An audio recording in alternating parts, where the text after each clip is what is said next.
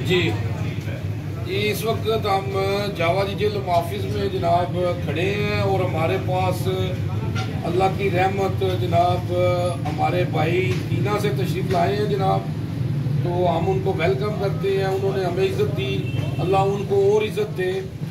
تو آج ہم نے ان کو قرآن پاک گفٹ کرنا ہے جی، جو ہمارے دفتر کی روایت کے مطابق کہ جو بھی آتے ہیں ہم اس کو قرآن پاک گفٹ کرتے ہیں، کیونکہ قرآن پاک سے بڑھ کر کوئی کتاب نہیں ہے۔ اللہ قرآن پاک میں فرماتا ہے انسان کو وہی ملے گا جو اس نے کوشش کی۔ تو آج ہماری یہ کوشش ہے، ہم قرآن پاک گفٹ کرتے ہیں، اللہ ہماری کوشش کو قبول کرے۔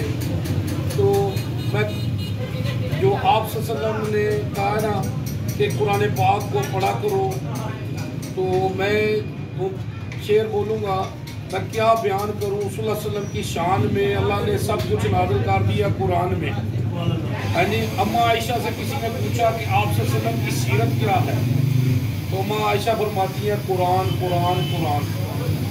تو آپ صلی اللہ علیہ وسلم فرماتے ہیں قرآن پڑھا کرو، قرآن پڑھا کرو، یہ قیامت کے دن تمہاری سفارش کرے گا۔ تو یہ قرآن جو ہے نا جی اللہ نے نازل کیا ہے، اور اس میں آپ صلی اللہ علیہ وسلم کی تعریف ہے۔ اللہ نے قرآن پاک کی قسم اٹھائی ہے کہ اس کو کوئی بدل نہیں سکتا، اگر ہم اس پر عمل کریں تو ہماری زندگی بدل سکتی ہے۔ تو اللہ قرآن پاک میں فرماتا ہے کہ جب آپ صلی اللہ علیہ وسلم کے بیٹا فوت ہوا ہے نا، تو آپ صلی اللہ علیہ وسلم کے مشرکین نے جشن منایا کہ آج آپ صلی اللہ علیہ وسلم کی جو ہے نا اولاد ختم ہو گئی ہے، ان کا سلسلہ ختم ہو گیا۔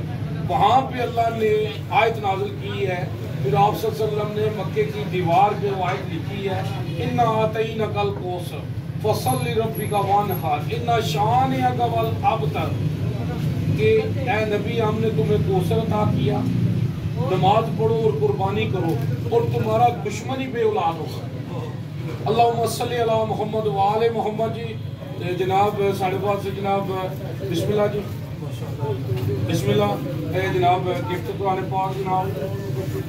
ہاں جی تو میں جناب ایک شعر کہوں گا جناب کہ آج بھی ہم ہر جنگ جیت جائیں گے بدر کی طرح، آج بھی ہم ہر جنگ جیت جائیں گے بدر کی طرح، اگر ہم ہو جائیں ابو بکر عثمان عمر علی کی طرح۔ ہاں جی جزاک اللہ جی۔